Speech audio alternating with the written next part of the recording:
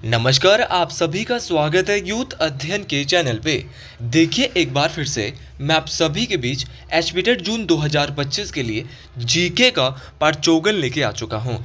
Part 54 का जो पहला क्वेश्चन है कि लोधी वंश का संस्थापक कौन था। तो अगर बात की जाए लोधी वंश के संस्थापक की, तो लोधी वंश के संस्थापक थे बहलोल लोधी। तो बहलोल लोधी के द्वारा लोधी वंश की स्थापना की गई थी। अब क्वेश्चन पूछने वाला क्वेश्चन पूछता है कि बहलोल लोधी ने लोधी वंश की स्थापना कब की। तो बहलोल लोधी के द्वारा लोधी वंश की स्थापना 1451 ईस्वी में की गई थी। अगर बहलोल लोधी की बात करें तो इसका जो टाइम पीरियड था वो 1451 से 1489 1489 तक था। इस बात को आपने याद रखना है। अच्छा, 1489 में क्या हो जाती है, बहलोल लोधी की मृत्यु हो जाती है और इसकी मृत्यु के बाद जो है वो लोधी वंश के जो अगली शासक बनते हैं वो कौन बनते हैं, सिकंदर लोधी। अगर लोधी वंश की बात करें तो ये जो दिल्ली सल्तनत था इसका अंतिम वंश था। इस बात को आपने याद रखना है। अगर आप भी एचपीटेट जून की प्रिपरेशन कर रहे हो और हमारे साथ जुड़ना चाहते हो तो आप जुड़ सकते हैं 7876145409। इस नंबर पे आप हमसे जुड़ सकते हैं। आप हमसे हैंड रिटन नोट्स भी ले सकते हैं और हमारी जो क्लासेज है वो भी चल रही है। हमारी क्लासेज आपको मिलने वाली है मात्र और मात्र 499 रुपीज़ में, जहाँ पर आपको लाइव प्लस रिकॉर्डेड क्लासेस रहने वाली है। तो अगर आप हमारे साथ जुड़ना चाहते हैं, अगर आप हमारे बैच के साथ जुड़ रहे हैं तो आपको फ्री हैंड रिटन नोट्स भी साथ में मिलने वाले हैं। अच्छा, बात करते हैं वापस किसकी, सिकंदर लोधी की।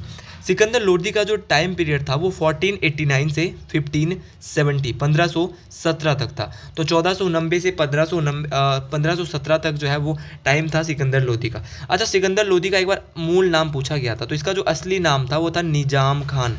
क्या नाम था, निजाम खान। तो निजाम खान किस दिल्ली सल्तनत के या लोधी वंश के राजा का नाम था, तो वो थे सिकंदर लोधी। अच्छा, सिकंदर लोधी के द्वारा और भी बेहतरीन और बहुत सारे कार्य किए गए थे, जैसे कि इसने भूमि मापने के लिए एक इकाई लाई थी जिसका नाम था गज ए सिकंदरी। तो भूमि को या मापने की एक जो पैमाना जो है जिसका नाम गज ए सिकंदरी, बहुत बार पूछा गया है और इस बार की टेट परीक्षाओं में ये क्वेश्चन देखने को मिल सकता है कि गज ए सिकंदरी को किसने, ये मापने का जो पैमाना है किसने लाया था, तो ये लाया था सिकंदर लोधी ने। सिकंदर लोधी के द्वारा ही जो है वो 1504 में आगरा शहर की क्या की गई थी, आगरा शहर की स्थापना की गई थी। तो आगरा शहर की स्थापना किसने की, तो आगरा शहर की जो स्थापना है वो भी किसके द्वारा की गई थी, वो भी आपके सिकंदर लोधी जी के द्वारा ही की गई थी। अब क्वेश्चन पूछने वाला क्वेश्चन पूछता है कि जो आपको लोधी वंश का वो कौन सा राजा था जिसने अपनी राजधानी को दिल्ली से आगरा के लिए स्थानांतरित किया। तो दिल्ली से आगरा के लिए अपनी राजधानी को जो स्थानांतरित किया था वो सिकंदर लोधी जी के द्वारा किया गया था। इस बात को भी आपने याद रखना है। अच्छा, बात करते हैं लोधी वंश के अंतिम राजा की। अगर आपको संस्थापक पता है तो फिर अंतिम राजा भी पता होना चाहिए और ऑप्शन में भी यहाँ पर एक नाम दिया है और वो नाम क्या है, इब्राहिम लोधी। इब्राहिम लोधी जो है वो लोधी वंश के अंतिम शासक थे और इनका जो टाइम पीरियड था वो 1517 से 1526, कब से कब तक था, 1517 से 1526 तक जो है वो इनका टाइम पीरियड था। इस बात को आपने याद रखना है। अच्छा, इब्राहिम लोधी की बात करते हैं तो इब्राहिम लोधी ने जो है वो पानीपत की पहली लड़ाई, तो पानीपत की पहली लड़ाई याद रखने कब हुई थी, 1526 में। 1526 में पानीपत की पहली लड़ाई इब्राहिम लोधी और बाबर के बीच, इब्राहिम लोधी और बाबर के बीच पानीपत की पहली लड़ाई 1526 को होती है और इस युद्ध में जो है वो बाबर की जीत होने के साथ साथ बाबर क्या करता है, भारत में मुगल सल्तनत की नींव भी रखता है। तो पानीपत की पहली लड़ाई बहुत बार परीक्षाओं में पूछी गई है। तो पानीपत की पहली लड़ाई 1526 में हुई थी बाबर और इब्राहिम लोधी के बीच। अच्छा, इब्राहिम लोधी कौन था, तो इब्राहिम लोधी जो है वो लोधी वंश का अंतिम सुल्तान था। इस बात को आपने याद रखना है। अब क्वेश्चन पूछा जाता है कि बाबर को जो है वो लोधी वंश पे या बाबर को भारत आने के लिए आमंत्रित किसने किया था। तो लोधी वंश के ही एक उस समय जो पंजाब के गवर्नर थे दौलत खान लोधी, इन्होंने जो है वो आमंत्रित किया था क्योंकि इब्राहिम लोधी का क्या था, दुश्मन था। तो इब्राहिम लोधी को मरवाने के लिए जो बाबर को बुलाया गया था, बाबर को भारत में आमंत्रित किया था, वो किसने किया था, दौलत खान लोधी ने किया था। मतलब आपको ऑप्शन में जितने भी नाम दिए ना सबके बारे में मतलब पता होना चाहिए। तो ये हमने पढ़ा था कुछ चीज़ें लोधी वंश के बारे में, मैक्सिमम चीज़ें पढ़ ली हमने यहाँ पर। अच्छा, एक बार क्वेश्चन पूछा गया था कि इब्राहिम लोधी का मकबरा कहाँ पर है, तो पानीपत हरियाणा में ही इब्राहिम लोधी का मकबरा है। इस बात को आपने याद रखना है। अच्छा, अगले क्वेश्चन की ओर बढ़ते हैं कि हुमायूं नामा लिखा था। तो हुमायूं नामा की रचयिता कौन है, आपको पता होना चाहिए। तो हुमायूं नामा के जो रचयिता है वो है गुलवदन बेगम। तो गुलवदन बेगम के द्वारा हुमायूं नामा को लिखा गया है। एक बार क्वेश्चन पूछा गया था कि हुमायूं नामा गुलबदन बेगम ने लिखा है, किस भाषा में लिखा है?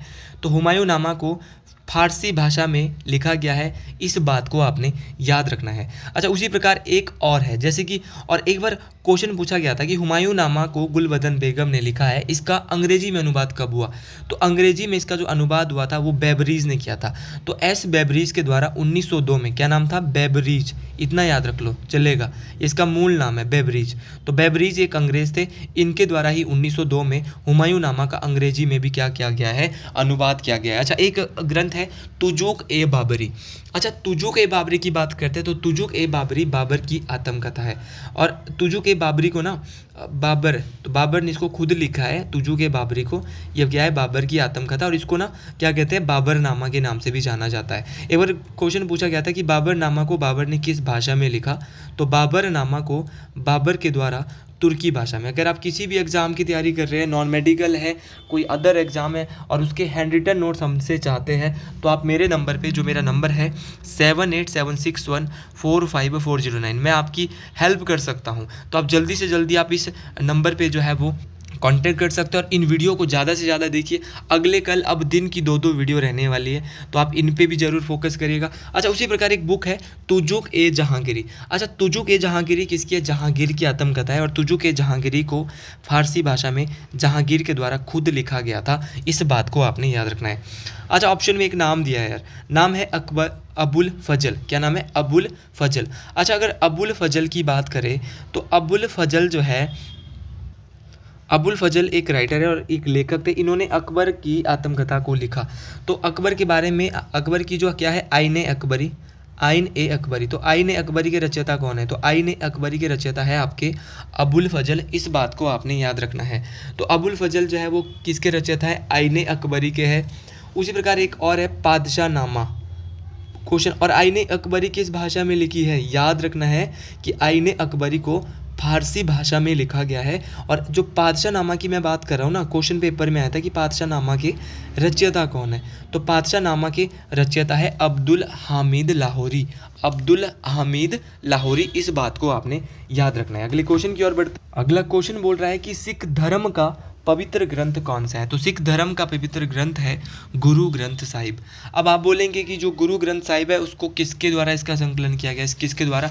तो गुरु ग्रंथ साहिब सिख धर्म का एक पवित्र ग्रंथ है और इस ग्रंथ को 6 गुरुओं के द्वारा, जो 6 सिख गुरु थे उनके द्वारा रचा गया था। तो ये बात आपको याद रखनी, कितने सिख गुरुओं के द्वारा?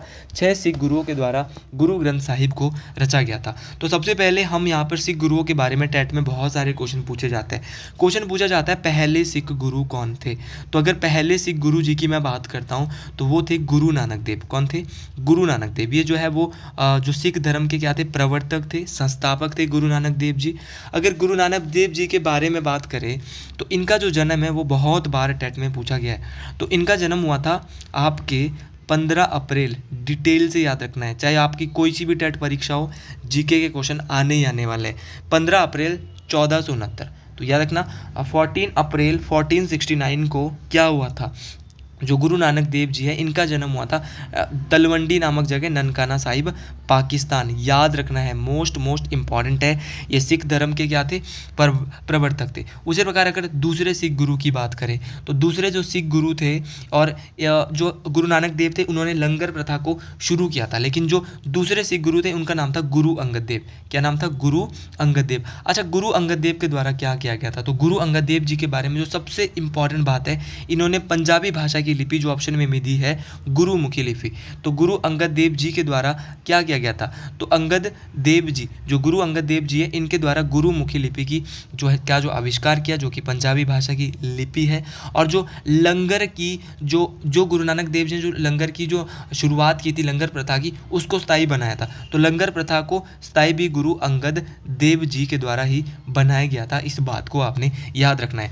अच्छा, तीसरे गुरु जो थे सिख धर्म के वो थे गुरु अमरदास जी। तो गुरु अमरदास जी सिख धर्म के तीसरे गुरु थे, ये भी मोस्ट इम्पॉर्टेंट है।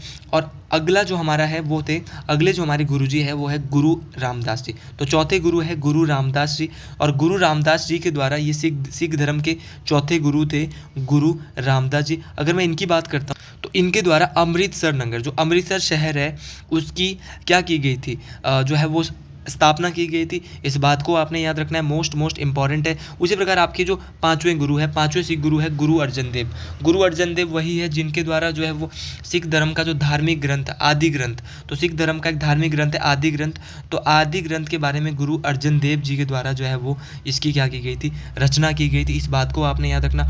अच्छा, गुरु अर्जन देव जी के द्वारा जो अमृतसर के तालाब के मध्य जो हरमिंदर साहिब का जो टेम्पल है, गोल्डन टेम्पल है, उसका निर्माण भी करवाया गया था।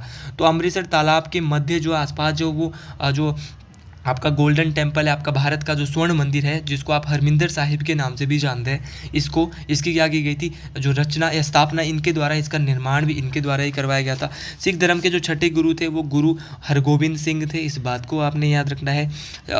सातवें गुरु आपके गुरु हरिराय सिंह थे और हरराय जी थे, और आठवें गुरु गुरु हरिकिशन थे।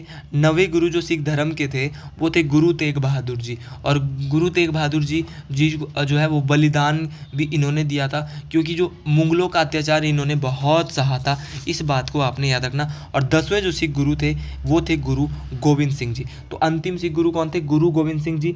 इनके द्वारा क्या क्या किया गया था, तो इनके पिता का नाम था गुरु तेग बहादुर। तेग बहादुर 9वें गुरु थे, तेग बहादुर जी, और 10वें गुरु थे गुरु गोविंद सिंह जी। तो गुरु गोविंद सिंह जी के द्वारा एक तो आपकी बैसाखी के दिन 1699 में, क्या बोलेंगे 1699 में, इनके द्वारा खालसा पंथ, बहुत बारी क्वेश्चन पूछा जाता है कि खालसा पंथ की स्थापना किसके द्वारा की गई, तो खालसा पंथ की स्थापना 1699 में गुरु गोविंद सिंह जी के द्वारा की गई थी, इस बात को आपने याद रखना है। तो ये सारी की सारी बातें मोस्ट इंपॉर्टेंट रहने वाली है, परीक्षाओं में काम आने वाली रहने वाली। अगले क्वेश्चन की ओर बढ़, और अगर बात करें भगवत गीता की, तो ये हिंदू धर्म का पवित्र ग्रंथ है, फेमस बुक है हिंदू धर्म की।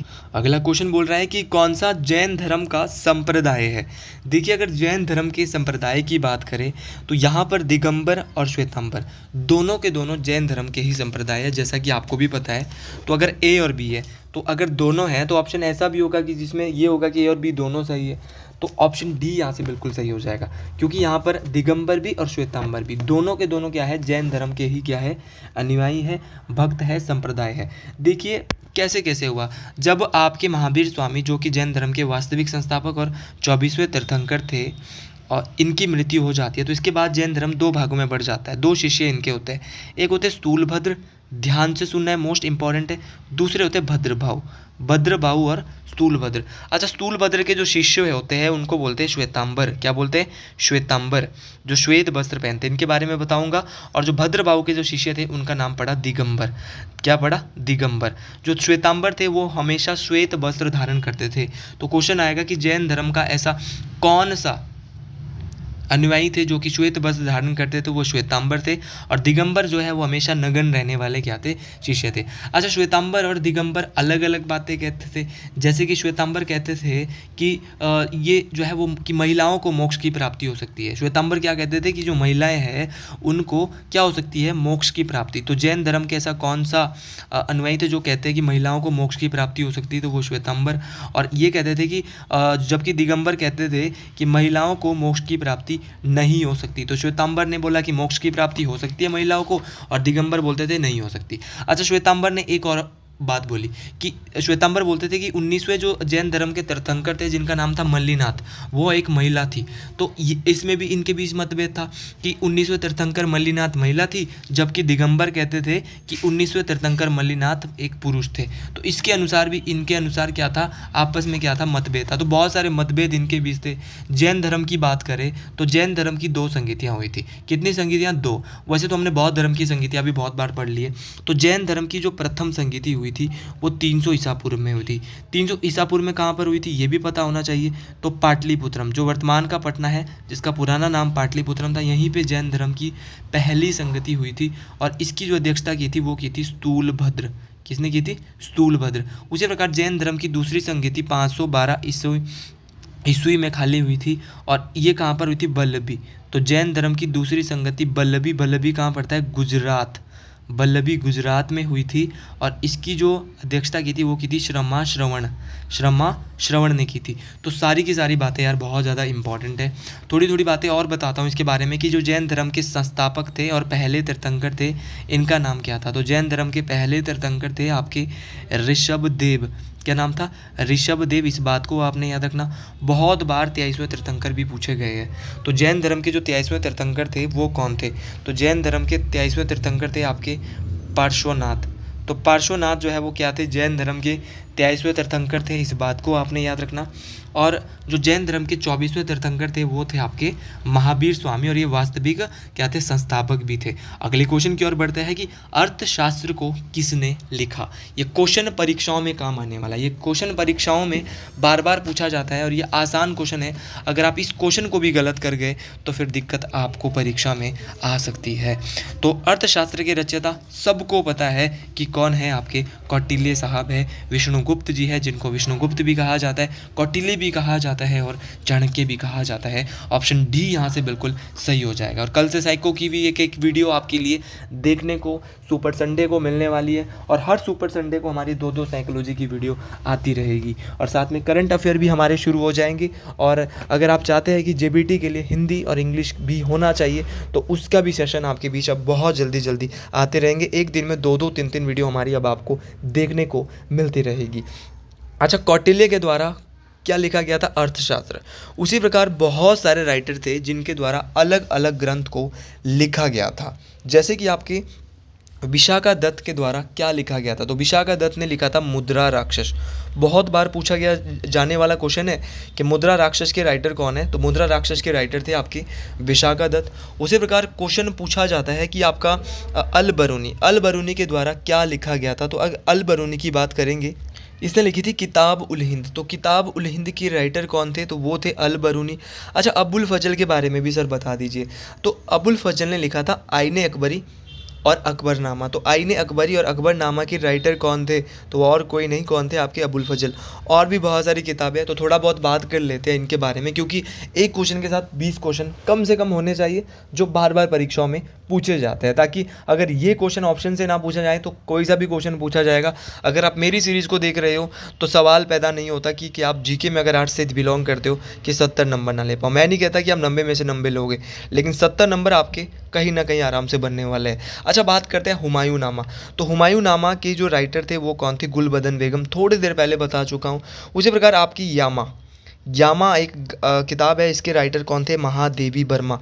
तो यामा के राइटर कौन है? महादेवी वर्मा। उसी प्रकार आपकी गीत गोविंद बहुत बार पूछी गई है, गलती नहीं करेंगे। जो यहाँ पर बता रहा हूँ एक एक बात सही बता रहा हूँ। गीत गोविंद लिखी थी जयदेव किरण। तो जयदेव किरण किसके राइटर है? आपकी गीत गोविंद के राइटर है। उसी प्रकार आपका बहुत बार परीक्षा में पूछा जाता है हर्षचरित, और दूसरा है कादम्बरी। तो हर्षचरित और कादम्बरी के राइटर है आपके बाण भट्ट। हर्षवर्धन के दरबारी कवि थे बाण भट्ट, और इनके द्वारा लिखी गई हर्षचरित और कादम्बरी 2 ग्रंथ मोस्ट इम्पॉर्टेंट है। उसी प्रकार एक बार परीक्षा में आया था यार मिताक्षरा। तो मिताक्षरा के जो राइटर है वो है विज्ञानेश्वर। कौन है?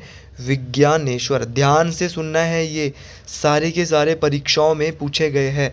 तो मिताक्षरा के कौन है? विज्ञानेश्वर है। एक बार पूछा गया था आपका, बहुत ही आसान था, नेचुरल हिस्ट्री। ये है आसान है और परीक्षाओं में काम आने वाला है। तो नेचुरल हिस्ट्री लिखा था प्लिनी। किसने लिखा था? प्लिनी। तो नेचुरल हिस्ट्री जो लिखा था वो प्लिनी ने लिखा था। उसी प्रकार आपका एक और ग्रंथ है चंद्रकांता। तो चंद्रकांता जो है इसके राइटर है देवकी नंदन खत्री। चलो एक और कर लो, फिर इसके बाद हम अगले क्वेश्चन पे जाते हैं। एक है हमारा कितनी नाव में कितने बार। तो कितने नाव में कितने बार जो ये है वो लिखा है अज्ञे ने। किसने लिखा है? अज्ञे। अगर आपने +1 में हिंदी पढ़ी होगी तो वहाँ भी आपको ये ज़रूर यहाँ पर देखने को मिला ही होगा। और अगर आप मुंशी प्रेमचंद का नाम जानते हो तो इनके बारे में भी बहुत सारे हैं, जैसे कि आपकी गोदान हो गया, गब्बन हो गया, ये सारे आपको ये इनकी ही किताबें थी। इनके ही गोदान, आपका गब्बन, आपका करम भूमि, आपका रंग भूमि, तो ये सारे के सारे किसने लिखे हैं? तो ये सारे के सारे जो है वो किसने लिखे हैं? मुंशी प्रेमचंद ने लिखे हैं। अगला क्वेश्चन है कि कौन मौर्य वंश का सबसे महानतम शासक था? तो महानतम शासक की बात करते तो यार अशोक था। अशोक जो है वो क्या था? मौर्य वंश का महानतम शासक था। अशोक का जन्म की बात कर लेते तो इसका जन्म 304 ईसा पूर्व में हुआ था। कहाँ पर हुआ था? पाटलिपुत्रम में हुआ था। अच्छा, अशोक का जन्म अगर पाटलिपुत्रम में हुआ है तो इसका राज्य अभिषेक कब हुआ था? तो ये भी आपको पता होना चाहिए। और ऐसा माना जाता है कि इसने राजा बनने के लिए अपने 99 भाइयों की क्या की थी? हत्या करी थी। और 269 ईसा पूर्व में BC में इसका क्या हुआ था? राज्याभिषेक हुआ था। और साथ में आपको याद रखना है कि कि अशोक की माँ का नाम क्या था, तो सुभद्रांगी अशोक की माँ का नाम था, इस बात को आप याद रखें। और अशोक ने जो कलिंग का युद्ध लड़ा था ना, वो 261 ईसा पूर्व में, कब लड़ा था, 261 ईसा पूर्व में लड़ा था, इस बात को आपने याद रखना है। और इसने बौद्ध धर्म भी बाद में व्यक्तिगत रूप से अपना लिया था। बौद्ध धर्म के प्रचार प्रसार करने के लिए श्रीलंका भेजा इसने अपना पुत्र और पुत्री, अपनी बेटियाँ और अपने बेटे, बेटे और बेटी, बेटा का नाम महेंद्र और बेटी का नाम संघमित्रा को श्रीलंका भेजा। और देखिए अगर मैं बात करूं तो अशोक भी एक महानतम शासक था। इसके कुल 14 अभिलेख, कितने अभिलेख या कितने शिलालेख थे, 14 शिलालेख थे। और इसके जो 13वें शिलालेख में है वो किसकी बात की गई है, तो इसका जो 13वां शिलालेख था उसमें कलिंग युद्ध की चर्चा की गई है। तो आज के लिए हम अपनी वीडियो को यहीं पर विराम देंगे। अगर आपको ये वीडियो अच्छी लगी है तो कमेंट बॉक्स में ज़रूर लिखिएगा हर हर महादेव। आज के लिए इतना ही। हर हर महादेव टू। जय हिमाचल प्रदेश, जय माँ ठारी।